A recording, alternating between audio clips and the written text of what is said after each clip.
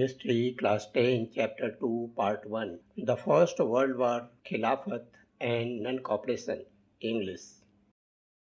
So, in the earlier class, we learned what was brewing in India in the first decade of the 20th century. We saw that a sense of nationalism was born and it was growing continuously. It was towards the end of that decade that an important scene unfolded. A young man was putting together his thoughts in the form of a book. Those thoughts would one day, in not so distant future, give impetus to the Indian national movement. Interestingly, the scene was unfolding thousands of miles away from the shores of India. It was happening on a ship somewhere between England and South Africa that Mohandas Karamchand Gandhi was writing his book. So, what he was writing actually? What was on his mind? Can you guess? Any idea? Looking at the scenario there, Mohandas Karamchand Gandhi was a young lawyer then, and the basis of his book was that Indians were being ruled by the British because they were allowing themselves to be ruled. What is nationalism? Can you define it? Do you understand it? What is this? Tell me, what do you think? Okay, let me explain it to you. Nationalism expresses itself as a feeling of unity with one's countrymen. It was a desire for an identity that was separate from the British oppressors. It was independent of Britishers. So the Indians were looking for the identity that is independent and that is no way related to the British oppressors actually. The need for independence in India was an offshoot of the spreading sense of nationalism in Europe. Are you getting now?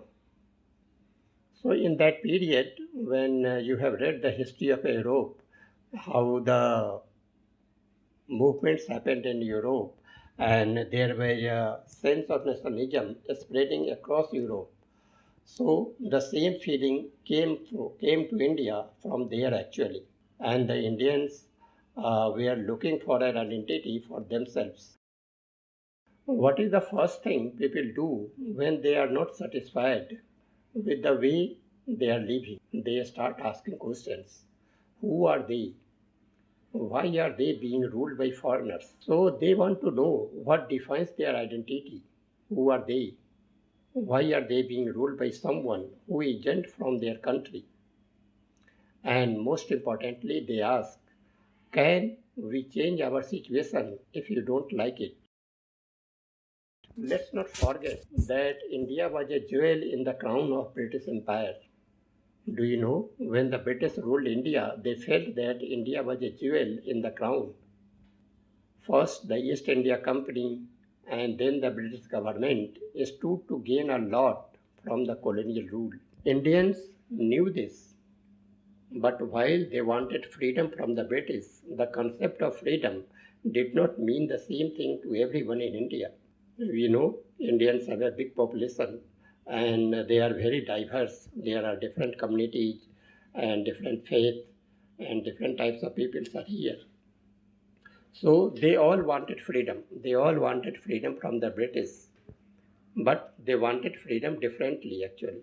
The concept of freedom was not same to everyone because each class of people, each group felt the effects of colonialism differently.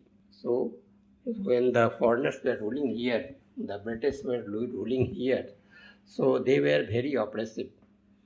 And since the communities were different, their lifestyle was different, and the way they were thinking, those things were different. So they were feeling this oppression actually differently, and they had the different aspirations. So their experiences, their sufferings were varied. So Indians wanted freedom, but the concept of freedom was different for different people. That's why they expressed their aspiration differently too. They began to vent their feelings through new songs that celebrated patriotism. Indians found comfort and unity in new symbols.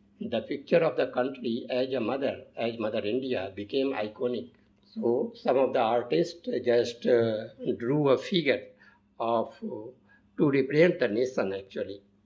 So the figure was called Mother India and it became very popular. So the Indians were able to relate themselves to that figure actually. In this video, we will pick up the story from 1920. So what happened in 1920? 1920 actually saw the birth of not one but two very important movements. The first was non-cooperation movement and the second was civil disobedience movement. So all these two movements started in 1920 and this changed the course of history. So let's look at what happened when the movement started. These movements were started in India, but at the same time, something more important happened on the global scene. In 1920, people saw that there was unprecedented global conflict. The global conflict was so horrific that it altered the path of history forever. This conflict killed millions of people and it changed the fate of several nations. In 1920,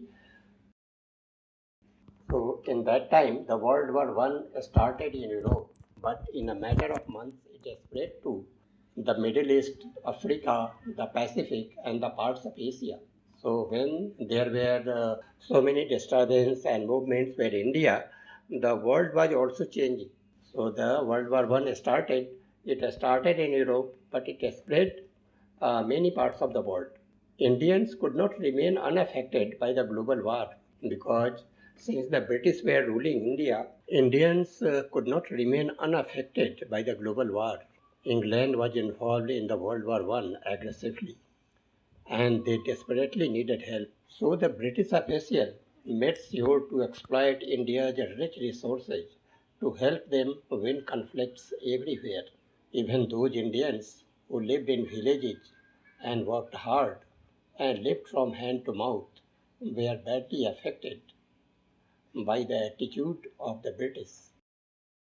So what they were doing, they were calling upon the village's head and they asked them to supply soldiers. So the British officials used their machinery to recruit village youths as soldiers. It was a method of the forced recruitment. This forced recruitment created widespread anger and the gap between the government and the public became wider. The war, the global war, the world war, created a new economic and political order. There was a huge increase in defense expenditure, which, of course, somehow had to be financed since the war was going on and England, the British, were incurring a huge cost. They had a huge cost attached to this war. They wanted to win the war at any cost. So they were using the resources here, and that created a very big burden on the economy of the country. So they need a finance, and they are looking for the wage. So how to generate more resources? So these finance actually they took some war loans and they increased the taxes and so these two things, which created a huge burden on the common man, they also raised the custom duties and income tax was also introduced. So due to this expenditure, actually, the prices of commodity increased and it doubled up between 1913 and 1918. And to add fuel to the fire, so in 1918 and 19 and 1920 and 21, another disaster took place which added fuel to fire. The crops failed in many parts of India, resulting in acute shortage of food. So we saw what was happening and how the hardships, uh, more and more hardship people were facing in India. So since the World War One was going and the British were exploiting the India's resources to win war everywhere, and that created a huge cost to them. So they wanted to finance from any source actually. So they took some war loans, they increased the taxes, they just introduced this excise duty. So all these, due to all these taxes and all that, so inflation increased in that time. So the prices of goods actually doubled up between this 1913 and 1918. This is the 5 years of time. So, and when the situation was so worse actually, so in those cases, the more adverse things happened actually. So that time the crops also failed, and due to the failure of crop, so the shortage of food. So at the same time, the influenza epidemic also spread. So the people were facing more and more burden, more hardships. So there was a war, so effects of war they were facing. Then the taxes were increased, the prices were increasing, then the crop failed, then the epidemic. All that happened.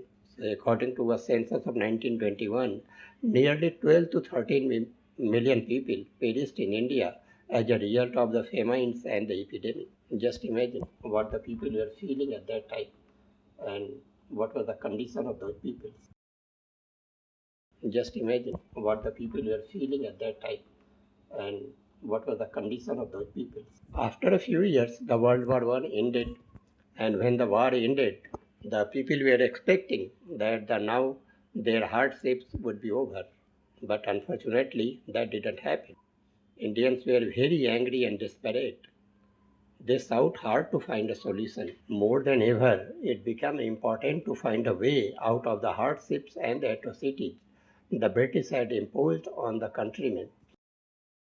So we saw when the World War ended, the people were expecting that now there will be the better times, but that was not happening.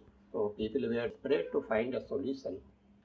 During this period, the leaders of the independence movement were highly worried and looking for a solution to wade through these troubled waters. They were so worried, and they were all the time they were thinking, how can we move ahead?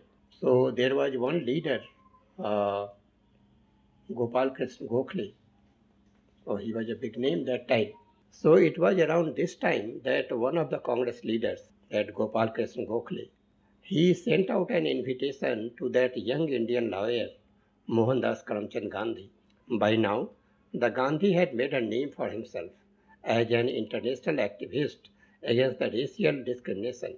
He had a reputation for creating a novel method of mass agitation. Mohandas Karamchand Gandhi called his novel method Satyagraha. Satyagraha was actually based on the concept of non-violence. When Gandhi arrived in India in 1915, he was of the firm belief that Satyagraha could unite all Indians.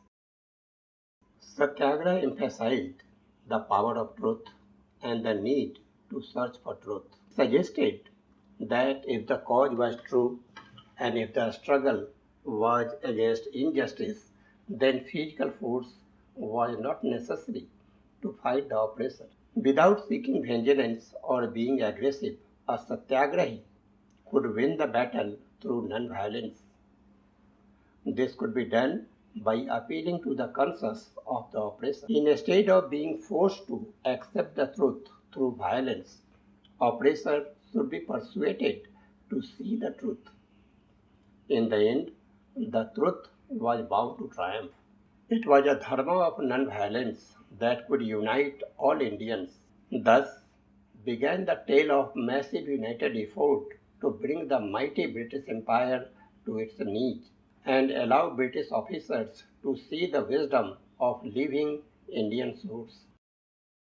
The very first satyagraha was organized by Gandhiji in India was really a historic one. It was held in 1917 in the district of Champaran in Bihar. So let me tell you what was happening there. The villagers of Champaran were being forced by the British estate owners to grow indigo.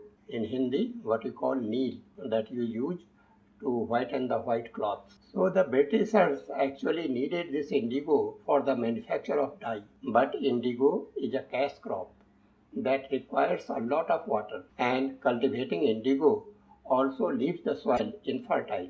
So the villagers were not very much interested in growing indigo, but they were getting forced by the Britishers to grow indigo. It was but natural that the Indian farmers preferred to grow more lucrative crops such as rice and pulses because these crops were more profitable for them, and this was keeping the nutrients of the soil intact.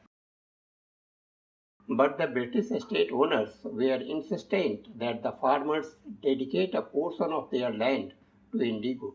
Due to this region, many poor families even became poorer. So when Gandhiji came to Champaran and appealed to them to protest, all the farmers agreed. Then the people of Champaran informed Gandhiji that there was a Champaran tenant. So as per the tenant, the farmers were bound by law to plant 3 out of even 20 parts of his land with indigo for the landlord. So since the landlords had given the land to the farmers to grow crops, so there was a rule actually under the law.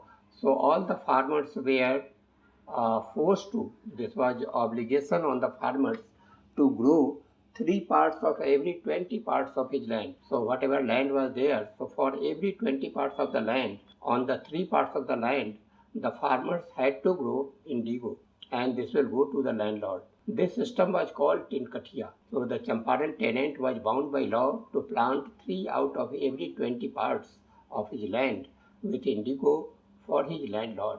Gandhi led an organized peaceful protest against the landlords. So there were no fight, no clashes. So a meeting was organized between the landlords and the farmers, and Gandhiji was there. So in the meeting, an understanding was reached whereby the landlords granted more compensation and control over farming to the villagers of that region. And previously, the landlords had hiked the revenue, so they also scrapped those revenue hikes, and the collection was stopped until the famine ended. Since there was a famine, so the revenue hikes and the collection was stopped. So this much was agreed in the meeting. So the Champaran Satyagraha was a historic landmark in the India's struggle of independence. Indians got doubly benefited. There was more benefit for the Indians with the triumph of Champaran Satyagraha. After this movement actually, the Satyagraha movement, also gave direction to India's youth. So before the Champaran Satyagraha, the India's youths were divided because in the freedom movement there were two groups actually. So one of the groups was moderates, so they were for the peaceful protest actually, and the another group was extremists. So they were always ready for violence because they were thinking only by the violent means they can throw out the Britishers. So after the Champaran Satyagraha, so many amongst the youth were wavering between the two schools of thoughts. So before the Champaran Satyagraha, these youths were not able to decide which side they should be actually. So after the Champaran Satyagraha, they were able to take their own stand. So that was another benefit of the Champaran Satyagraha. So some of the moderates advocated Indian participation within the British colonial system. Then there were another group, those were extremists, who thought that the use of violent methods would be the best way to topple the colonial rule. So you see, so there were two groups actually. The two were the large groups, and Gandhi was in support of moderates actually, because the Gandhiji was of the opinion, so we can look for the freedom through the non-violent means. So he was supporting the moderates, but the extremists didn't care about him. Let's see how the scene unfolded. The victory of Champaran established Gandhiji's reputation in Indian politics. It was during this agitation that he was called Bapu for the first time. Mahatma, or the Great Soul, was a title that was given to him by Rabindranath Tagore. This one success at Champaran led to others. In Khera district of Gujarat, he organized a satyagraha to support the poor peasants there because these peasants were badly affected by the failure of crops. They were also in the midst of a plague epidemic. So in Gujarat also, in Khera district of Gujarat, so the peasants were oppressed. So because the crops had failed, and in the meantime there was a plague epidemic. So putting these two factors together, they were on the verge of a famine. So naturally, in this situation, they were not able to pay the revenue that was demanded of them. The satyagraha resulted in a peaceful agreement between the government and the peasants, and it also gave an educated public workers a chance to work directly with the peasants and understand their way of life and their problems firsthand. So when the Gandhiji protested and the government talked to them, so that time, so the government was also able to see how the peasants are living and what is their lifestyle and what kind of problems they were facing. So in the following year, Mahatma Gandhi went to Ahmedabad to organize Satyagraha movement amongst the cotton mill workers. So in Ahmedabad, the cotton mill workers were and they were also facing a number of challenges. So Gandhiji went there. So when he went there, so he was thinking just having a meeting with the government and find a solution. But there was more in store for him to do. So in Ahmedabad, Gandhi was forced to do a lot more. In the same year as the Champaran and Khera Satyagraha, the World War I came to an end. So when the Champaran and Khera Satyagraha happened in India, the same year the World War I ended. And when the World War ended, so that time the British government in India passed a Rowlatt Act. So what was the Rowlatt Act? The Rowlatt Act gave powers to the police to arrest any person without any reason. The purpose of the act was to curb the growing nationalistic upsurge in the country. But since Gandhiji had arrived in India and he was starting one movement after another, so the British government so they tried to suppress these movements actually. So to suppress these movements, they passed a Rowlatt Act. So under the Rowlatt Act, the police got enormous power. So the act gave powers to the police that the police can arrest any person without any reason. So the purpose of the act was to curb the growing nationalistic upsurge in the country. So it gave the government enormous powers to repress political activities. Police was allowed to detain political persons without trial for 2 years. So when the Gandhi learnt about all these things, so let's look at the situation, what kind of situation was there after passing of this act. Mahatma Gandhi called upon the people to perform satyagraha against the act. The act had been hurriedly passed through the Imperial Legislative Council, despite the united opposition of the Indian members, because there was a legislative council that time, and when the act was introduced by the Britishers, so the Indian members were opposing this act actually, but they did not listen to them. So Mahatma Gandhi called upon the people to perform satyagraha against the act. So rallies were organized in the various cities. Workers went on strike in railway workshops and shops were closed down. The British administration was alarmed. The unrest was so widespread, it was thought that even communication lines like the railway and telegraph could be disrupted. So to suppress the non-cooperation movement that Gandhi started against the Rowlatt Act, the government imposed martial law and General Dyer took command.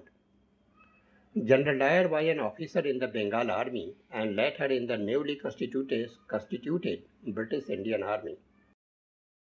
It was under his command that on 13th April 1919, the infamous Jallianwala Bagh massacre took place. On that day, large crowd had gathered in the Jallianwala Bagh. This Jallianwala Bagh had narrow entrances. It was enclosed by buildings on three sides.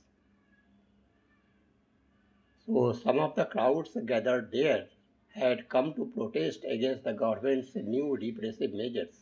Others had come to attend the annual Baisakhi fair. So there was a big crowd there, and some of the people came there to protest against the government new repressive measures actually.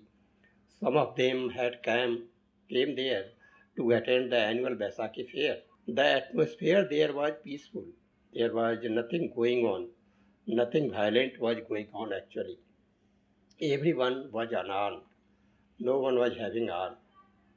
Some of the people who came from outside of the city, they were unaware of the martial law that had been imposed there. So the situation was fully peaceful there. So in this situation, in this peaceful situation, General Dyer entered Jallianwala Bagh with his troops, and he blocked the exit points and opened fire on the crowd. There was nowhere for the people to run and hide from the surprise attack. Hundreds died in the shower of bullets that followed. Bullet holes in the walls of the Bagh have been preserved as a reminder of the unprecedented horror of that day. It was a massacre that shook the nation. Over 100 people threw themselves into a water well. There was a water well in this Jallianwala Bagh. So people jumped into the well to save themselves. But unfortunately, they too died as a result of suffocation and drowning. The massacre sent waves of shock and horror throughout the subcontinent. General Dyer later declared that his objective was to produce a moral effect, to create in the minds of Satyagrahis a feeling of terror and awe. So you can see how brutal were British actually. So they didn't give any thought about the lives of the people. So this kind of persecution people faced under the British rule.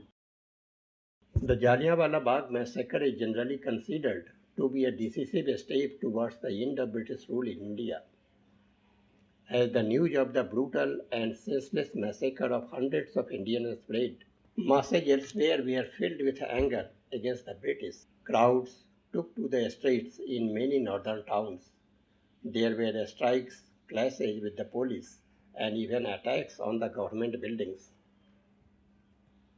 The government responded with more brutal repression, seeking to humiliate and terrorize people. Satyagrahis were forced to rub their noses on the ground, crawl on the street, and do salam to all sahibs. People were flogged, and some villages even bombed. Mahatma Gandhi was pained to see violence that occurred, so he called up the Satyagraha movement. So the Mahatma Gandhi was very much worried, and he was not able to rethink what kind of approach he should take so that he can unite all the Indians. So this became a very big question to him, and it took quite some time to arrive on a solution.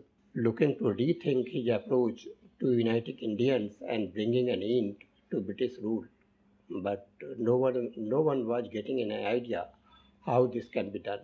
Because if the British have to be thrown out of India, then the movement should be a broad based. The Rowlatt Satyagraha movement had been limited to cities and towns mostly. So Mahatma Gandhi thought that he needed a strategy that would involve the whole of India, and it had to bring Hindus and Muslims together. Only if these two communities worked closely together, there would be a strong India, an India that could stand against the British. So days and days passed, a few months passed, and everyone was looking for a solution. Then an idea occurred to Mahatma Gandhi, the issue of Khilafat. What was Khilafat actually? The Khalifa was the spiritual head of the Islamic world. By default, he was also the emperor of the Ottoman Empire. But the First World War had resulted in the defeat of Ottoman Turkey, and there were rumors that a harsh peace treaty was going to be imposed on the Ottoman Empire. A young generation of Muslim leaders wanted to defend Khalifa's temporal powers. A Caliphate committee had been formed in Bombay in March 1990. just weeks before the Jallianwala Bagh massacre. So Gandhiji saw this an opportunity to bring Muslims under the umbrella of a united national movement. He began discussing this with other leaders. A discussion to this effect was also initiated with the brothers of Muhammad Ali and Shaukat Ali. They explored the possibility of a united mass action on this issue. At the Calcutta session of the Congress in September 1920, he convinced other leaders of the need to start a non-cooperation movement in support of Khilafat as well as for Swaraj. Gandhiji writes in his famous book Hind Swaraj or the Indian Home Rule that the British had been able to take over and rule India only because Indians had cooperated. They had survived in India only because of this cooperation. This cooperation had to end. He was of the firm belief that if Indians refused to cooperate, British rule in India would collapse within a year. But how could non-cooperation become a movement? Gandhiji had a very clear roadmap, so he knew what are the steps that need to be followed and the goals to be attained. So Gandhiji proposed that the movement should unfold in stages. At the very first stage, there should be a surrender of titles that government had awarded. So whatever titles the government had given to the people should return those titles. Next, a boycott of civil services, the army, police, courts, and legislative councils and schools. So the people should return the titles, and then they should boycott the civil services. So where the people were, the Indians were going for the jobs, they should boycott all those positions actually. So no one should go to army, no one should go to the civil services, police, courts, or legislative councils or schools. And finally, there should be a boycott of foreign goods. So the Gandhiji gave these three steps to make this movement successful. Then in case of government used repression, suppose like that has happened earlier, so whenever the movement started, government tried to suppress the movement. So they were planning their strategy. So suppose after starting this movement again, if the government uses repressive measures, then a full civil disobedience campaign would be launched. So through the summer of 1920, Mahatma Gandhi and Shaukat Ali toured extensively, mobilizing popular support for the movement. But everyone was not in favor of this movement actually. Many within the Congress were, however, concerned about the proposals. They were reluctant to boycott the council election scheduled in November 1920, and they feared that the movement might lead to popular violence. So in the months between the September and December, there was an intense tussle within the Congress. For a while, there seemed to be no meeting point between the supporters and the opponents of this movement. So there were many meetings between these peoples actually, between the leaders of the different factions. And finally, a historic agreement was reached. At the session of the Congress in Nagpur in December 1920, a compromise was worked out and the non-cooperation program was adopted. How did this unique movement unfold? What did it mean to the people of different backgrounds and the religions? Was it perceived similarly or differently? Who participated in it? So these are the questions. We'll look at all these questions and find the answers to all these questions in the next video. So here is a key takeaway, what we have learned in this video. So let's go over to the main points. So there was a sense of nationalism growing in India, and British government exploits Indian resources to gain an upper hand in World War I. So that create hardship for the common man, and because the hardship of the common man increased, then Gandhiji introduces the concept of Satyagraha to fight British rule. After the World War I, the British passed the Rowlatt Act in 1990. After the protest, the General Dyer orders the killing of innocent Indians and Jallianwala Bagh.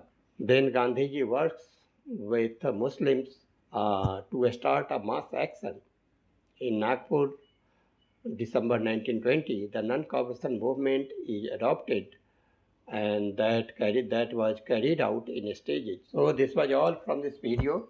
So if you have any questions, just write in the comment section. So we'll be answering those questions, and we'll be coming up with the next video actually. So this is part 1, and part 2 is already there. So you can see the part 1 and part 2. So part 3 is coming in a few days. Thank you so much. Please like the video and share the video to spread the knowledge. Thank you for your time.